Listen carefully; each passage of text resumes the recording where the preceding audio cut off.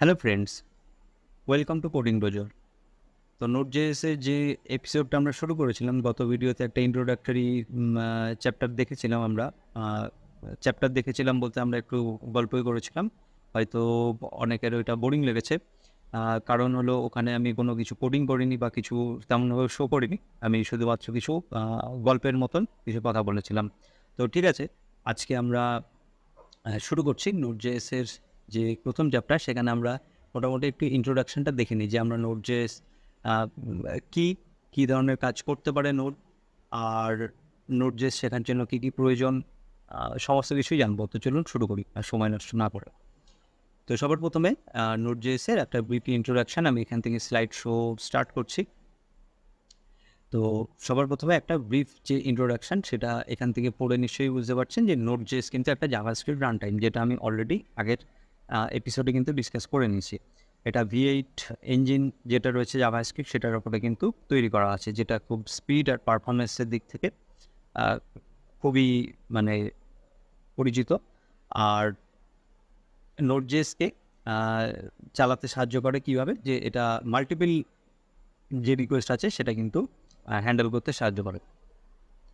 তো এখন বিষয় হলো এই যে মাল্টিপল কনকারেন্ট রিকোয়েস্ট, এই যে এখানে যে ওয়ার্ডগুলো লেখা রয়েছে যে handle multiple concurrent request efficiently, এই সমস্ত বিষয়ের মানে তো বুঝলাম না। তারপরে building scalable and real time application, এই সমস্ত বিষয়গুলো কী বলতে চাইছে এইগুলো তো বুঝতে পারলাম। তো সবার প্রথমে এখানে এই যে লাইনটা বোঝার জন্য আমাকে কিন্তু বুঝতে হবে যে এই যে রিকোয়েস্ট ব্যাপারটা কি, তাই না? তো যদি আমি রিকোয়েস্ট ব্যাপারটা না বুঝি, তো তাহলে কিন্তু আমি কনকারেন্ট আর মাল্টিপল এই দুটো ওয়ার্ডেরও মানে বুঝতে পারবো না। ওকে, তো আমি সেই জন্য স্টেপ বাই স্টেপ নিয়ে যাচ্ছি। এটা যেহেতু একটা মোটামুটি নোট.js এর ইন্ট্রোডাকশান, তো এখানে আমি ইনডেপথ সমস্ত কিছু তো আলোচনা করতে পারবো না। আগে আমরা ওভারভিউটা একটু দেখে নিই। আচ্ছা, শুধু এই ওয়ার্ডগুলো মনে রাখতে হবে যে রিকোয়েস্ট, রেসপন্স, ঠিক আছে, কনকারেন্ট, এই ওয়ার্ডগুলো মনে রাখতে হবে। স্কেলেবল, রিয়েল টাইম অ্যাপ্লিকেশান, এইগুলোকে কিন্তু একটু মনে রাখতে হবে। আচ্ছা, তো এখন নোট.js এত পপুলার কেন সেই বিষয়টা বুঝে নিই। দেখুন, জাভাস্ক্রিপ্ট এখন সব জায়গায়। জাভাস্ক্রিপ্ট এমন একটা ল্যাঙ্গুয়েজ এখন যেটা আপনি ফ্রন্ট এন্ডেও ইউজ করতে পারবেন, ব্যাক এন্ডেও ইউজ করতে পারবেন। তো ফ্রন্ট এন্ড মানে কি, এই যে এতদিন যে আপনি HTML, CSS, জাভাস্ক্রিপ্ট, jQuery এই সমস্ত জিনিসপত্রগুলো দিয়ে ওয়েবসাইট তৈরি করছিলেন, ঠিক আছে, 5 পেজেস, 10 পেজেস, 15 পেজেস যে ওয়েবসাইটগুলো বানাচ্ছিলেন, সেগুলো বলতে পারেন যে ফ্রন্ট এন্ডের সাইডে। আর ব্যাক এন্ড কি, ব্যাক এন্ডের সাইড এখনও আমরা বুঝতে পারবো না, কারণ আমরা তেমনভাবে কিছু করিনি। আর আপনি যদি PHP-র ব্যাকগ্রাউন্ড থেকে থাকেন, তাহলে অবশ্যই বুঝে যাবেন যে ব্যাকএন্ড বলতে আমি কী বোঝাতে চাইছি। তো আরেকটা ছোট টিপস দিতে পারি। আপনি যদি নোট.js ডাইরেক্ট এখানে জাম্প করেন, মানে HTML, CSS, জাভাস্ক্রিপ্ট শেখার পরেই যদি নোট.js শিখতে চলে আসেন, মানে আপনি ব্যাকএন্ড ডেভেলপার হবেন মনে করেন, তো সেক্ষেত্রে আমি বলব যে আপনি একটু পজ নিন।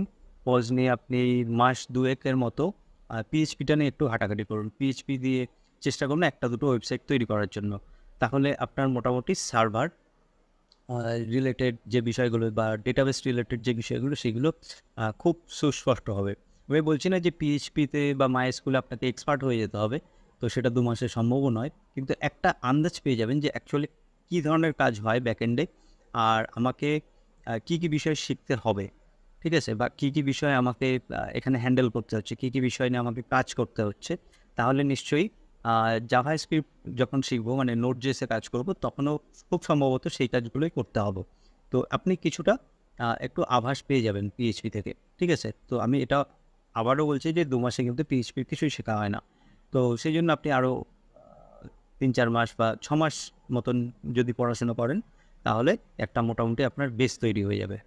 ওকে, PHP-র ক্ষেত্রে বলছি না, যে ব্যাকএন্ড ডেভেলপমেন্ট বা এই যে সার্ভারে কীভাবে কাজ করতে হয়, ফাইলপত্র কীভাবে হ্যান্ডেল করতে হয়, ডেটাবেস কীভাবে তৈরি করতে হয়, এই সমস্ত বিষয়গুলো সম্পর্কে একটা ধারণা চলে আসবে।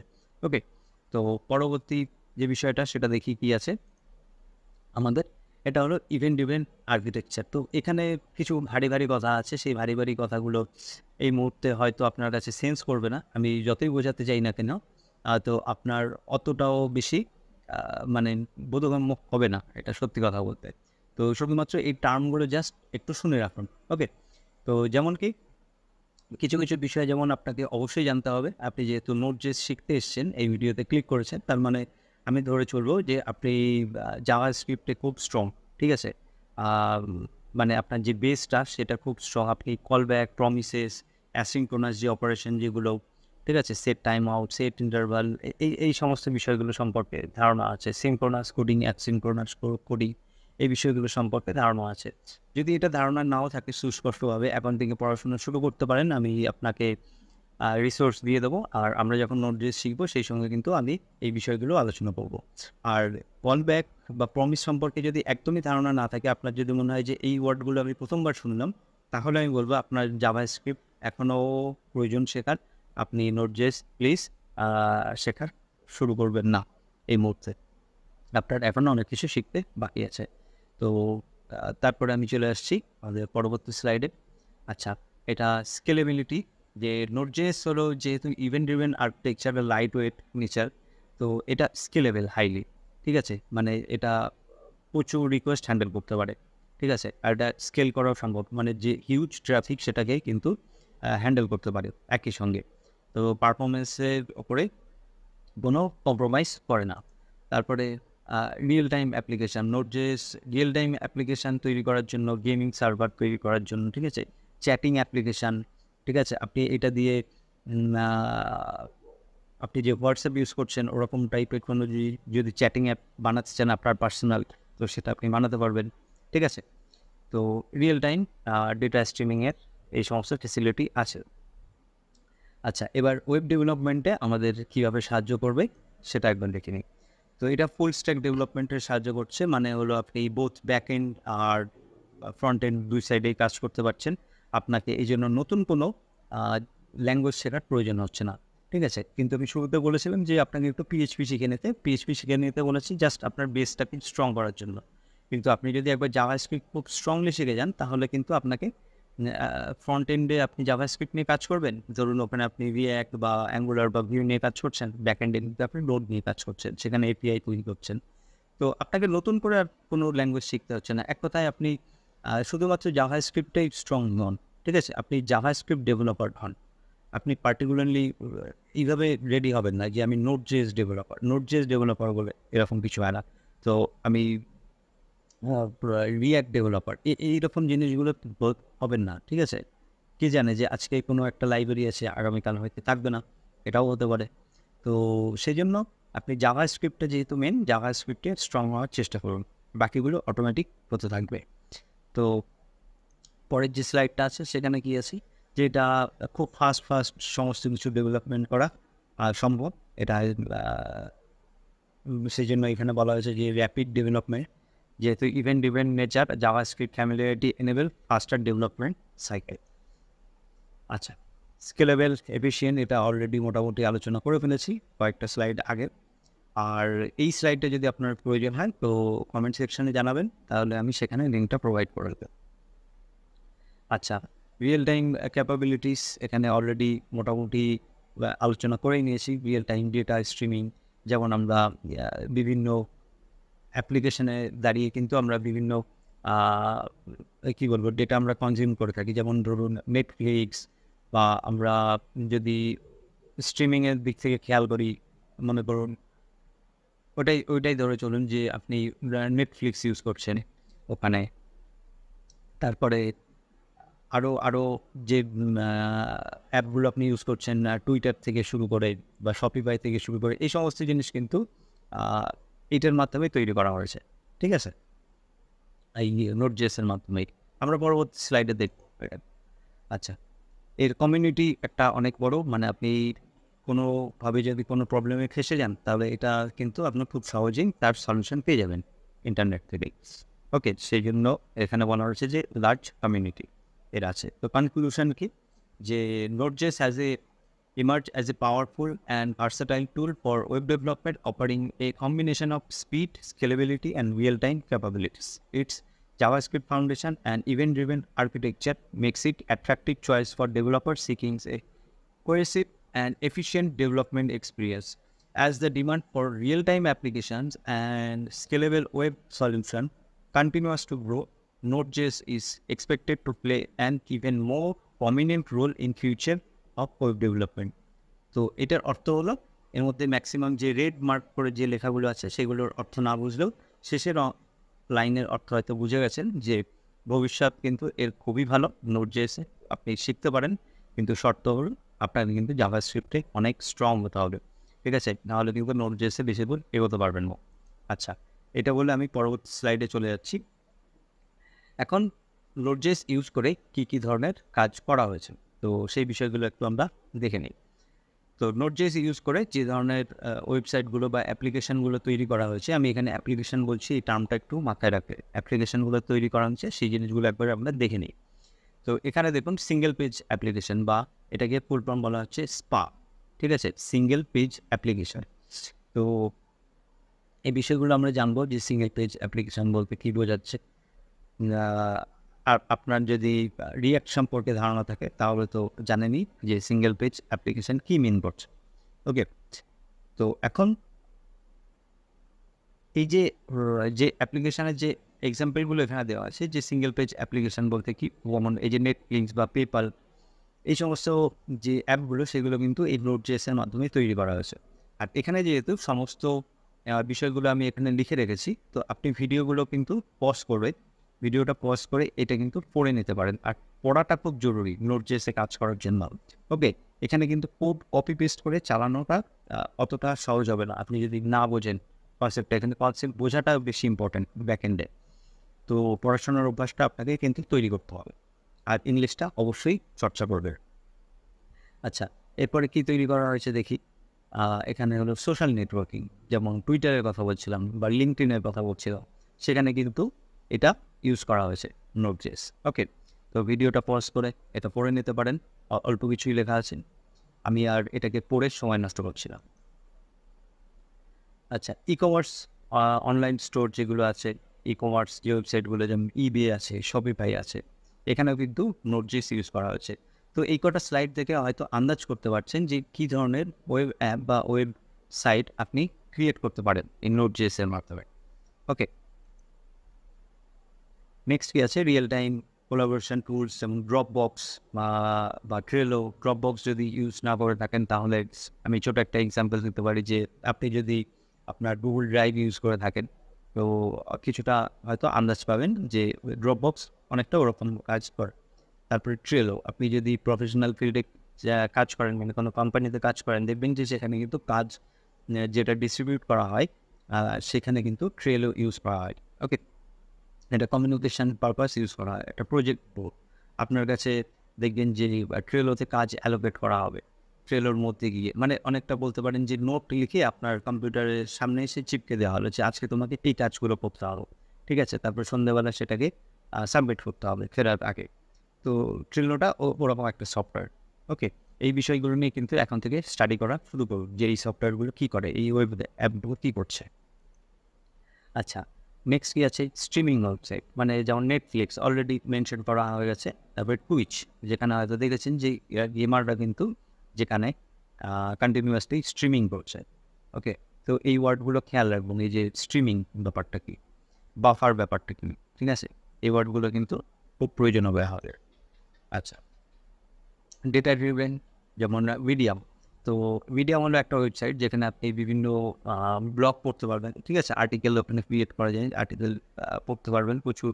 কিন্তু এটা ফেমাস একটা আপনার ওয়েবসাইট বা আর্টিকেল ক্রিয়েট করার একটা, কী বলবো, একটা ওয়েব অ্যাপ যেখানে গিয়ে আপনি রিয়েল টাইম রিডিং করতে পারছেন। ওকে, তো মিডিয়ামটাকে আমি বলবো যে আপনি সাবস্ক্রাইব করে নিন, বা মিডিয়ামে আপনার কিন্তু অ্যাকাউন্টটা ক্রিয়েট করুন, তাহলে কিন্তু ওখান থেকে প্রচুর ইনফরমেশান আপনি পাবেন প্রতিনিয়ত। তারপরে উবের রয়েছে। ওকে, আচ্ছা, নেক্সট কি আছে দেখি।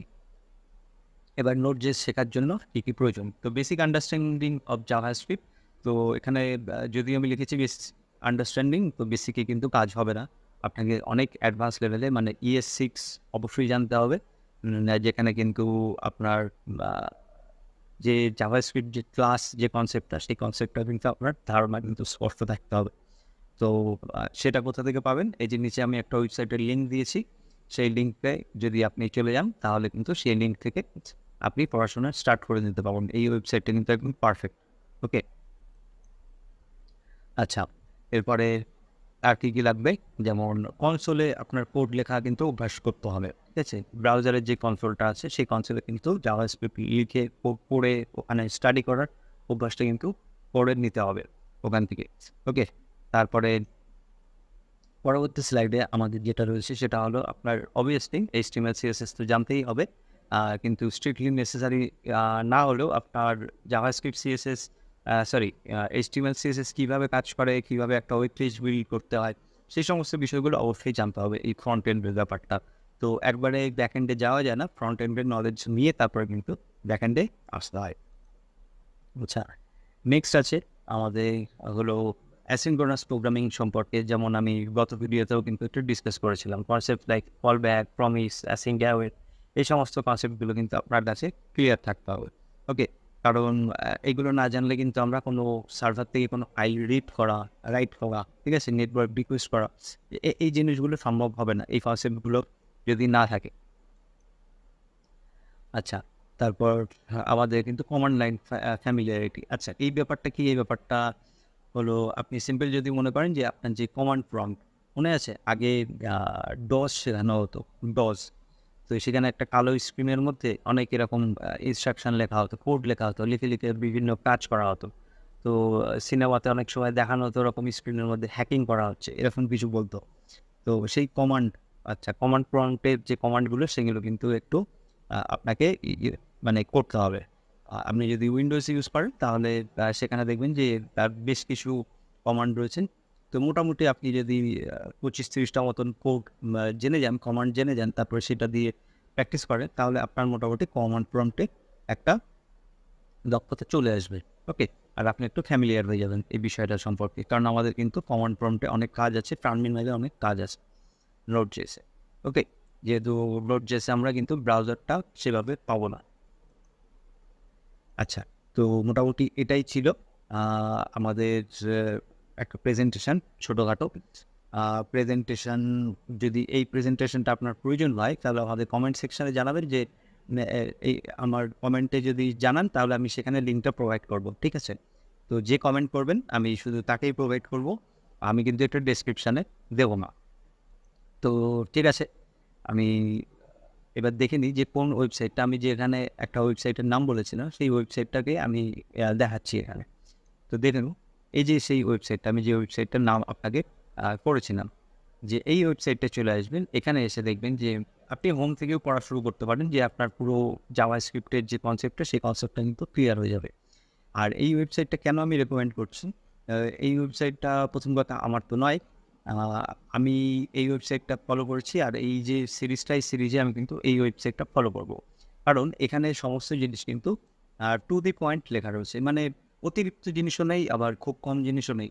খুব কম জিনিস মানে W3 স্কুলে কিন্তু অতটাও বেশি কিন্তু ইন ডিটেলস আপনি পাবেন না। যদি আপনি নোড.js-এ কাজ করতে চান তো W3 স্কুলটার মায়াটা ত্যাগ করতে হবে আপনাকে, আপনাকে এই ওয়েবসাইটটায় আসতে হবে। এই ওয়েবসাইটে এসে আপনি যাবতীয় যে ইনফরমেশন নোড.js-এ কাজ করার জন্য মোটামুটি এখান থেকে পেয়ে যাবেন।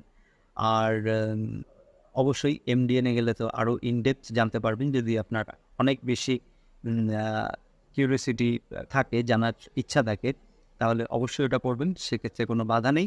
কিন্তু আমি বলবো যে মোটামুটি যদি নোড.js এখনই শুরু করতে চান তো এই যে ওয়েবসাইটটা আছে এই ওয়েবসাইটটা সময় নিন বেশ কিছুদিন, ঠিক আছে?